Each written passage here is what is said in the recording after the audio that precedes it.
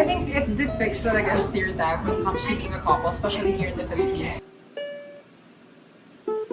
Parang ayaw nila ng something new.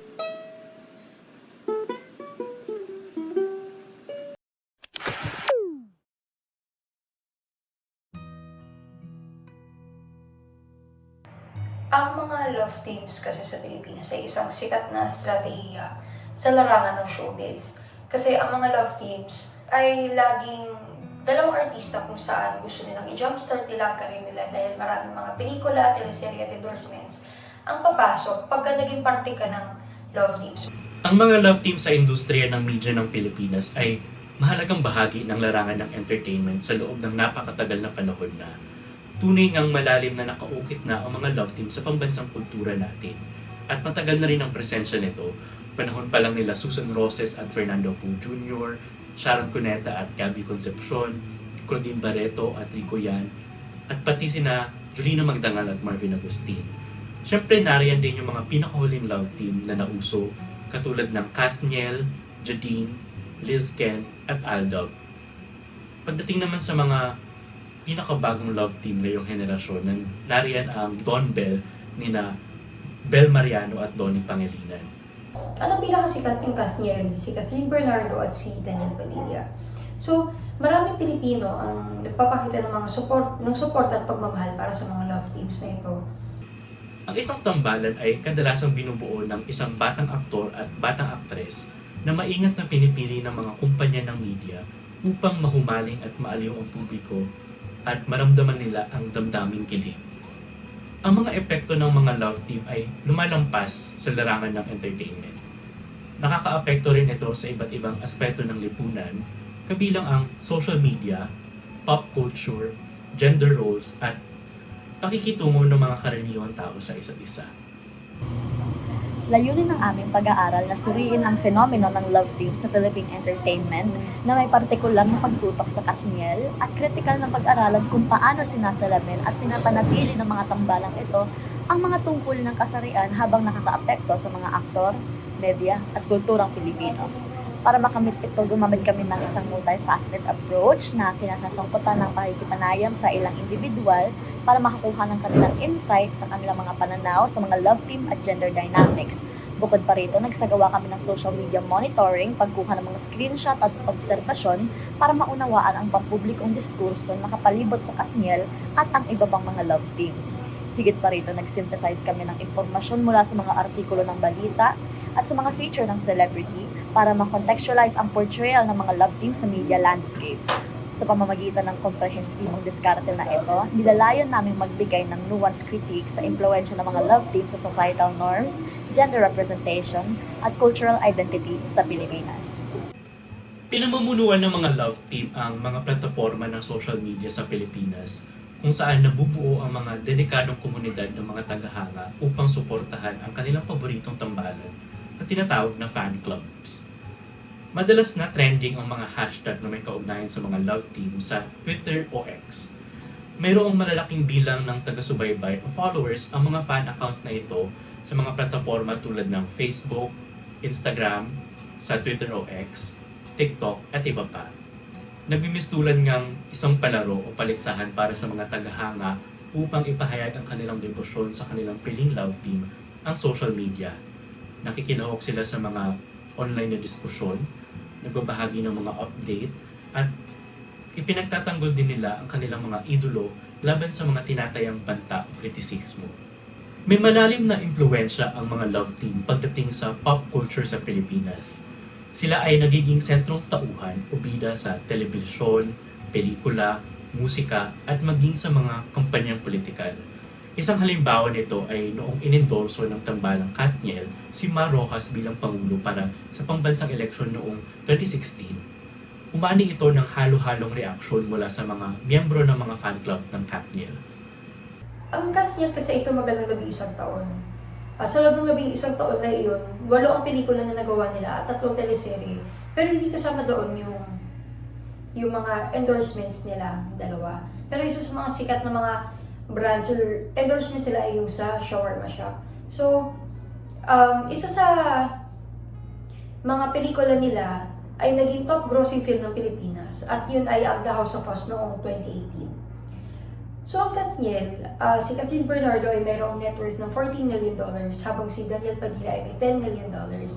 Sila ay unang nagkakilala sa ABS-CBN at ang unang proyekto nila ay isang teleserye kung saan doon nagsimula ang kanilang love team hanggang sa nagtuloy-tuloy na ito ng 11 taon. Ang mga love team ay nakakaapekto sa mga pananaw at kilos ng ordinaryong tao. Maraming tagahanga ang inaasamang uri ng relasyon na ipinapakita ng kanilang paboritong love team. Sa kulturang Pilipino, sila ay ipinagdidiriwang bilang simbolo ng pagmamahalan na nagbibigay ng pakiramdam ng karangalan at pagkakaisa sa pagitan ng kanilang tagasunod. Kung titignan natin paano ba yung tungkulin at personalidad ng mga nasa love team sa kanilang relasyon, sinusunod pa rin nila yung traditional na role na nakabatay sa kanilang kasarian. Ang nga sa napansin ko is yung pagiging masyadong masunurin ni Catherine kay Daniel, na yung tipong si Daniel yung gumagawa ng mga desisyon sa kanila. Na bawal ang dami din issue dati na bawal si Catherine mag-shorts, bawal siya mag ganitong bagay. Makita natin yung dynamic nila, isang traditional na Pilipinong mag-shota. At saka yung ipinapakitang stereotype nilang dalawa na dapat si Catherine ay modest, na kahit si Daniel Padilla ay medyo goofy. They portray talaga the couple na, oh, the guy's gonna be a bad boy, okay, or like, they have this vibes or something. While the girl naman is, pretty and everything nice and sweet. So, I think it depicts talaga a stereotype when it comes to being a couple, especially here in the Philippines na, in the Philippine showbiz couples that a girl should act like this and a guy should act like this or something. And yeah, and I think it speaks a lot, not only in the stereotypes, but in general on how women and men are being viewed by the society. Madalas yung aktor o lalaki, malakas at maginoo ang dating, habang yung babae o aktres, maganda at mahinhin naman. Yung ganitong paglalarawan ay maaaring magdulot ng hindi mabuti at hindi makatotohanang ideya tungkol sa pag-ibig at relasyon. Ang representasyon ng mga love team sa Pilipinas ay kadalasang sumasalamin sa mga panlipunang pamantayan. Kabilang narito ang heteronormativity. Gayunpaman, may pangailangan para sa mas malawak na representasyon sa mga salaysay ng mga love team. Kabilang ang representasyon ng mga relasyon ng LGBTQ at iba pa. Ikinagagalak ko nga noong isinapubliko ni Vice at Ayon ang kanilang relasyon at pagkatapos noon, madalas ko na sila mapanood bilang tunay na mag-asawa sa programang It's Showtime na maraming manonood sa buong bansa. Isa sila sa mga bumasag sa nakasanayang larawan ng isang relasyon para sa kasalukuyang henerasyon. Ngunit itong paglahad nila ng kanilang pagmamahalin sa malaking entablado ay pinatawan ng hadlang nung sinuspende sila ng MTRCB dahil lang kumain sila ng icing. May sari-sariling komersyal na interes at estratehiya sa marketing ang mga network ng media. Ang mga pares na ito ay maingat na ginuguhit upang magustuhan ng partikular na demograpiko at target na madla. Sa ganitong paraan, ang mga romantikong salaysay na ipinapakita ng mga love team ay madalas na kinukomodifika at sinasamantala para sa kita. Repetitiveness. Parang kulong tayo sa isang kahon na ito laging ang role nila.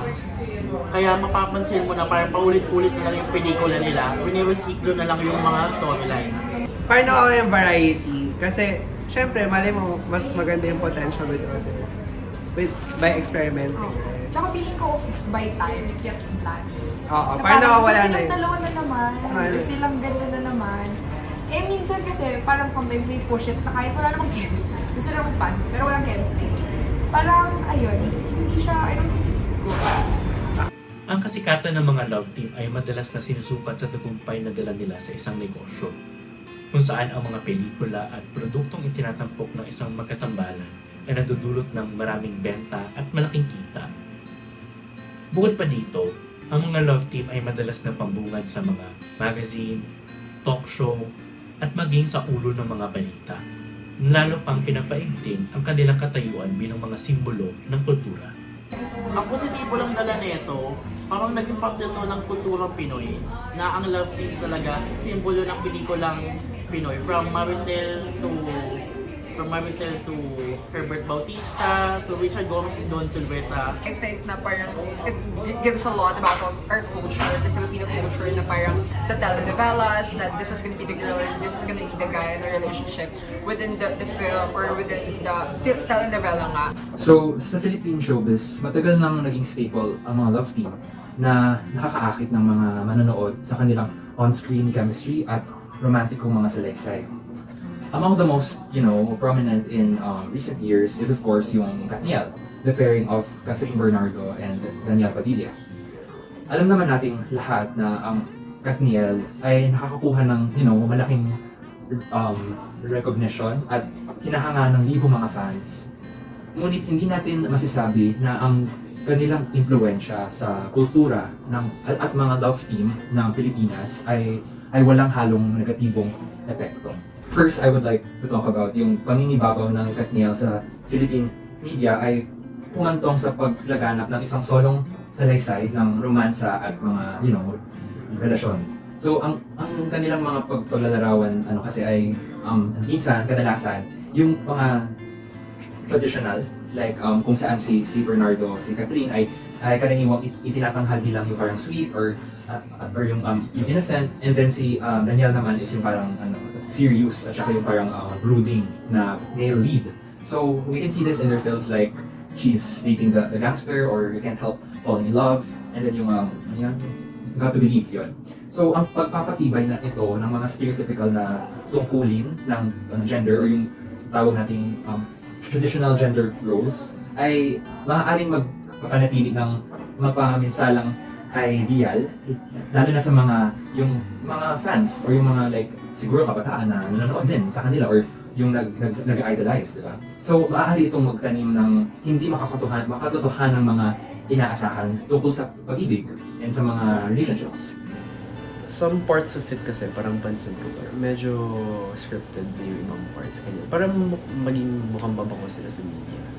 Kahit hindi pa ito napapatunayan totoo, paano kayo karaniwang mag-react sa mga issue o controversial na balita tungkol sa mga love teams? Mabilis ba kayong maniwala? Yung nag-circulate na yung rumors, break na sila. Yung Katniel, naniwala ko agad sa TikTok. And yun nga, yung kay Andrea Villatas, naniwala rin ako. Kaya sa TikTok ko rin kasi sila usually napapanood. Parang, okay. Kasi syempre, Gen Z, yun naman talaga yung main app na kinoconsume natin. Yung first time ko siya marinig, hindi ako din naniwala. Kasi syempre, nanggaling yun. Alam naman natin na parang galing yun dun sa people. Parang mga nagpo-podcast na gumagawa ng chismis. Some of them are not true. Pero some of them, totoo. Pero parang siguro I waited for the actual actress or actor na magsalita. Kasi syempre, tao na naman sila. Parang I want to give them a chance na parang iligtas nila yung sarili nila. Ayun. Sa topic ng katotohanan at fiction, dapat nating pag-usapan ang topic ng social media na kung saan ang pagkalat ng peking balita ay naging, nakakabahala. Sa Pilipinas kung saan umuunlad ang kultura ng mga fandom, particular na sa larangan ng mga magka-love team gaya nga ng Katniel, kapansin-pansin ang pagiging susceptible sa fake news.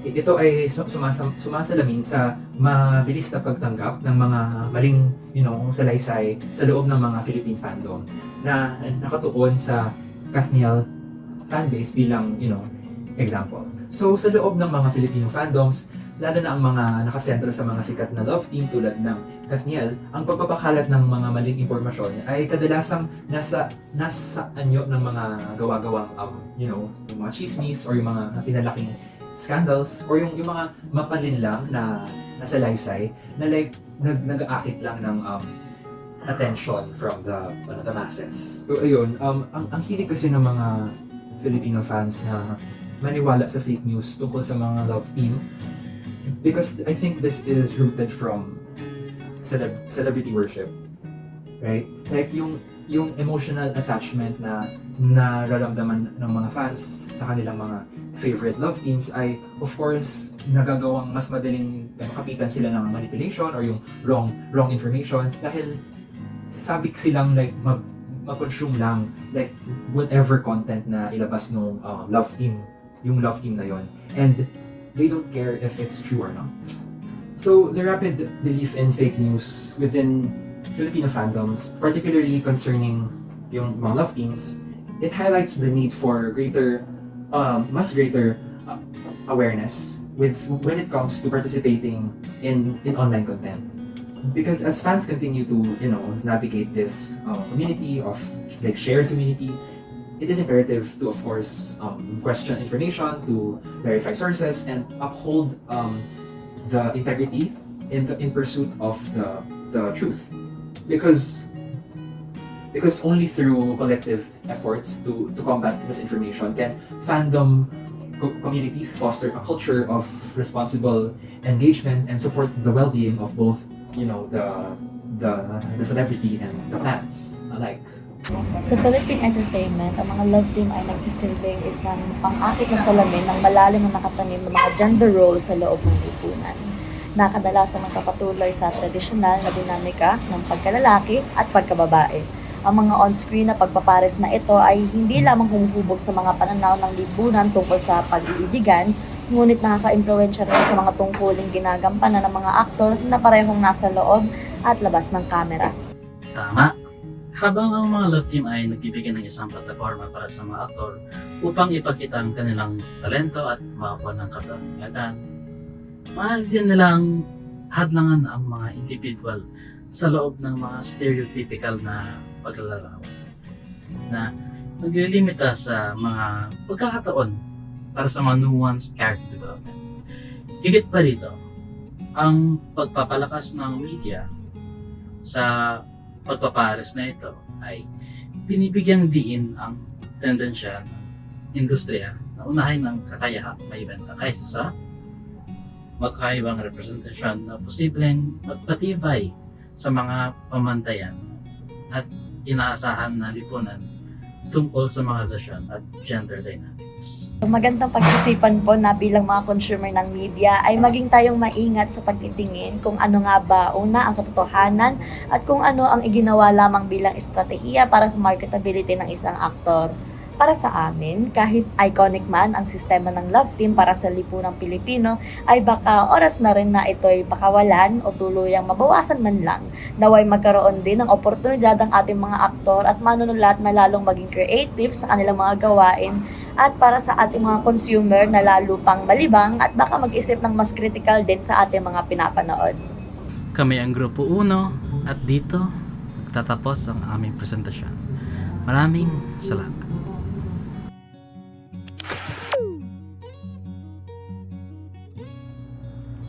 Maraming supporters ang Kathniel, kaya marami na rin nakakita ng mga stereotype na portrayal ng mga kababaihan at kalalakihan sa mga iba't ibang proyekto sa showbiz industry. Ayun, like dapat sa generation natin ngayon should be like both should be deciding, unlike na sa kanila na parang the stereotype na it's Danielle who's always making the decisions for her or like how she should like act or dress.